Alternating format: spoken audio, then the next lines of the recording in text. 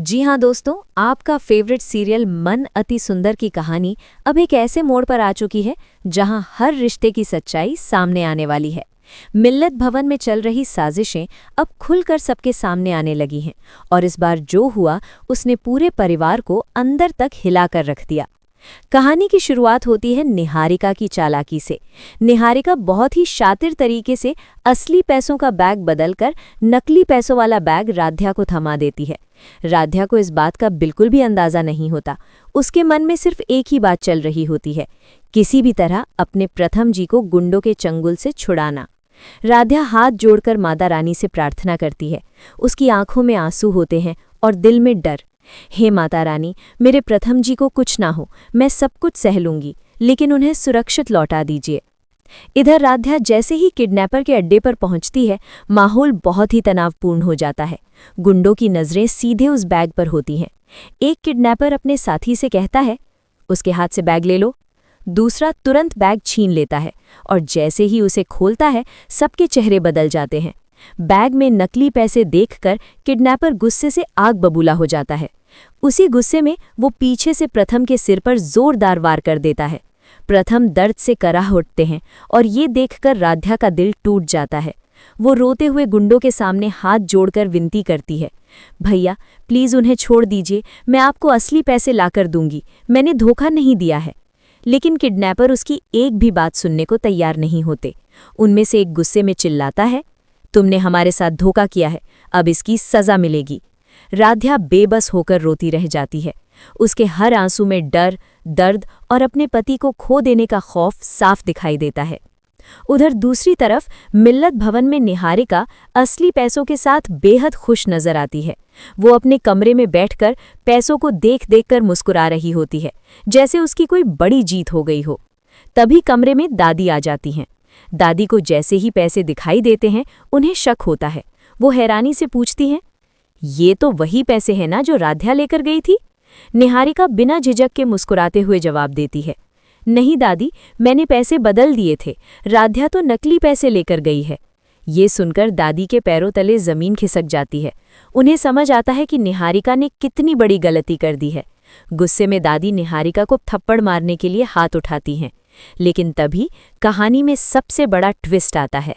निहारिका दादी का हाथ पकड़ लेती है और उन्हें एक जोरदार थप्पड़ मार देती है। दादी ये सह नहीं पाती और जमीन पर गिर जाती हैं। ये दृश्य देखकर घर के सभी लोग हैरान रह जाते हैं। ओमकार, एकता, रजनी और बाकी परिवार के सदस्य तुरंत वहां इकट्ठा हो जाते हैं। सबकी नज़रों में अब निहारिका के लिए सिर्फ गुस्सा और शक होता है।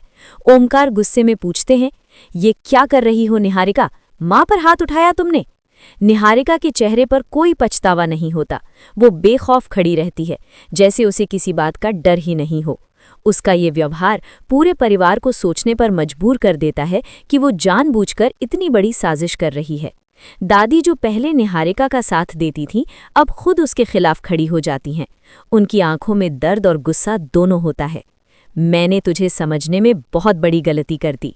जी हाँ दोस्तों, अगर आप चाहते हैं कि प्रथम अब घर आ जाए तो आई सपोर्ट प्रथम जरूर लिखें और वीडियो को लाइक करके चैनल को सब्सक्राइब जरूर करें। राध्या अब भी किडनैपर के सामने खड़ी होती है, आंखों में आंसू और दिल में डर लेकर।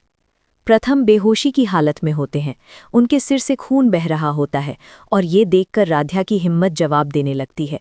लेकिन वो खुद को संभालती है, क्योंकि उसे पता है कि अगर उसने हार मान ली तो सब कुछ खत्म हो जाएगा। वो एक बार फिर गुंडों के सामने हाथ जोड़कर कहती है, मुझे थोड़ा समय दे दीजिए, मैं अभी असली पैसे लेकर आती हूँ, मैं कसम खाती हूँ, मैं वापस जरूर आऊंगी। किडनैपर उसे शक भरी नज़रों से देखते हैं। उनमें से एक कहता है, अगर तू भाग गई तो हमें कैसे भरोसा हो? तभी दूसरा किडनैपर कहता है, इसे जाने दो, लेकिन अगर ये वापस नहीं आई तो इसका अंजाम बहुत बुरा होगा। राध्या को एक आखिरी मौका मिल जाता है। वो तेजी से वहां से निकलती है, लेकिन उसके हर कदम में घबराहट और जल्दबाजी साफ दिखाई देती है। उसके मन में सिर्फ एक ही बात होती है, किसी भी कीमत पर प्रथम को बचाना है। उधर मित्तल भवन में माहौल पूरी तरह बदल चुका होता है। निहारिका के थप्पड़ मारने के बाद घर के सभी लोग उसके खिलाफ खड़े हो जाते हैं।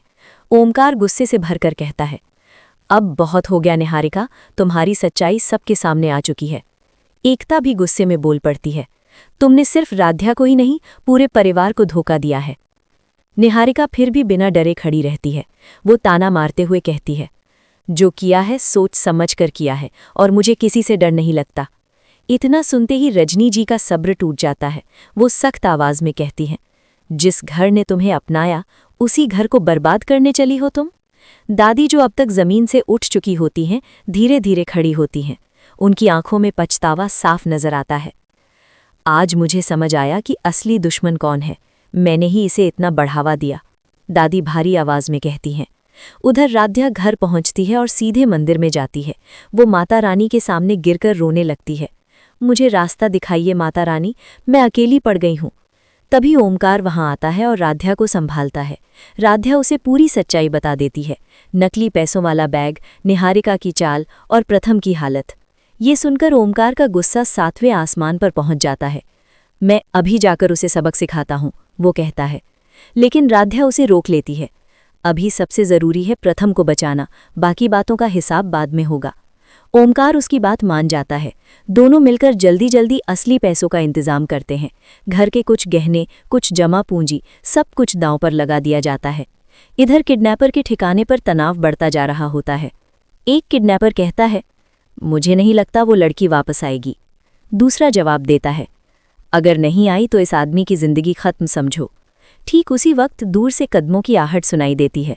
राध्या वापस आ चुकी होती है, इस बार असली पैसों के साथ। उसकी आंखों में डर अब भी है, लेकिन साथ ही एक मजबूत इरादा भी, अपने पति को हर हाल में बचाने का। अब देखना यह है कि क्या राध्या इस बार प्रथम को सही सलामत छुड़ा पाएगी।